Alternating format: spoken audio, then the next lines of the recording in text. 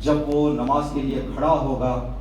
میں فخر کر کے فرشتوں سے کہوں گا دیکھ میرا بندہ میرے سامنے سر جھکا رہا ہے، میں رشک کروں گا، میں کہوں گا فرشتوں دیکھو تمہارے اندر خواہشات نہیں ہیں، اس کے اندر خواہشات ہیں، یہ چاہتا تو مارکیٹ جا سکتا تھا، یہ چاہتا تو باتیں کر سکتا تھا، یہ چاہتا تو کسی بھی کام میں اپنا ٹائم لگا سکتا تھا، لیکن اس نے سب کو چھوڑ کر میرے سامنے اپنے آپ کو حاضر کر دیا ہے۔ جو بندے پر میں ناز کروں اس کو عذاب نہیں کروں گا، اس بندے کو جہنم میں نہیں ڈالوں گا،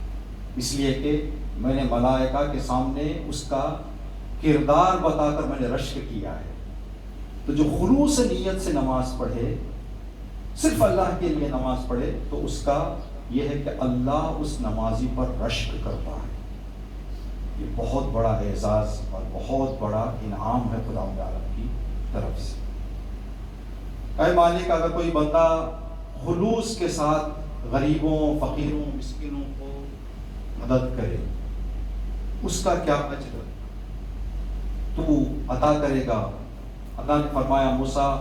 یہ کردار انجام دینے والے بندے کا نام محشر کے میدان میں اس کا نام اعلان کروا کر بندوں یہ اعلان کروں گا کہ اس بندے کو میں نے جہنم سے آزاد کر دیا ہے۔ جو بندہ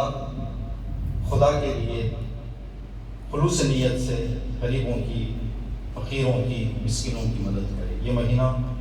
اس کام کے لیے بہت اچھا ہے۔ پتہ نہیں کتنے گھروں میں سحریاں چل رہی ہیں، کتنے گھروں میں سحریاں نہیں چل رہی ہیں، کتنے گھروں میں افطاریاں چل رہی ہیں، کتنے گھروں میں افطاریاں نہیں چل رہی ہیں۔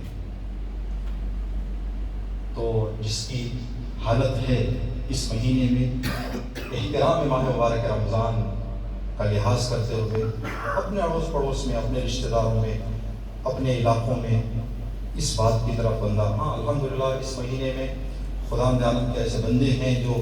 پہلے سے انتظار کرتے رہتے ہیں کہ ماہ مبارک رمضان کب آئے گا، کب ہم راہ خدا میں کسی کو افطار کا انتظام کریں گے، کسی کا سحری کا انتظام کریں گے۔ تو ان چیزوں پر اگر اس ماہ میں، اس ماہ کا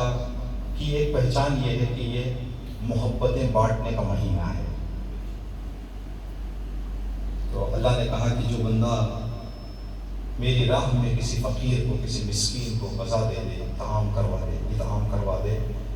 روز محشر اس کا نام اعلان کروا کر کہوں گا کہ یہ جہنم سے میں نے اس کو آزاد کر دیا ہے۔ اور ہم لوگ اس مہینے کی کئی دعاؤں میں ہم یہ دعا کرتے ہیں، پروردگار مجھے جہنم سے آزاد کر دیا۔ اللہ کہے گا کہ میں نے جہنم سے آزاد کرنے کا راستہ بتایا، صرف کہنے سے کچھ ملنے والا نہیں ہے۔ فارسی میں ایک کہاوت ہے، ہم لوگوں کی دعاؤں میں یہ بات شاید تھوڑا سا زیادہ نظر آتی ہے، ہم لوگ صفحوں پر، سطروں پر، لفظوں پر زیادہ دھیان دیتے ہیں، اس پر عمل کرنے کی فکر ہم شاید جو دعا پڑھتے ہیں کبھی بھی ہم یہ نہیں سوچتے کہ اس دعا پر میں عمل کر رہا ہوں۔ جیسے ایک دعا جو ماہ مبارک رمضان میں ہر دن ہم پڑھتے ہیں، اللہم ادخل علی اہل القبور السرور، اے اللہ تمام مردوں کی قبروں میں خوشیاں داخل کر دے۔ تو اللہ پلٹ کر اگر ہمارے سوال کر لے، کیا تو زندوں کو خوشیاں دے رہا ہے کہ میں تیرے کہنے پر مردوں کو خوشیاں دے دوں؟ تو زندوں کا دل دکھا کر مردوں کو خوشیاں مانگتا ہے؟ اگر یہ دعا ہمارے حق میں مستجاب ہے، ہم کہیں ماہ مبارک رمضان ہے، مجھے کسی کا دل نہیں دکھانا ہے، جب میں خوشیاں مانگ رہا ہوں اور میں خود اپنے باتوں سے، اپنے کاموں سے دوسروں کو دکھ دوں تو میری دعا کہاں سے قبول ہوگی؟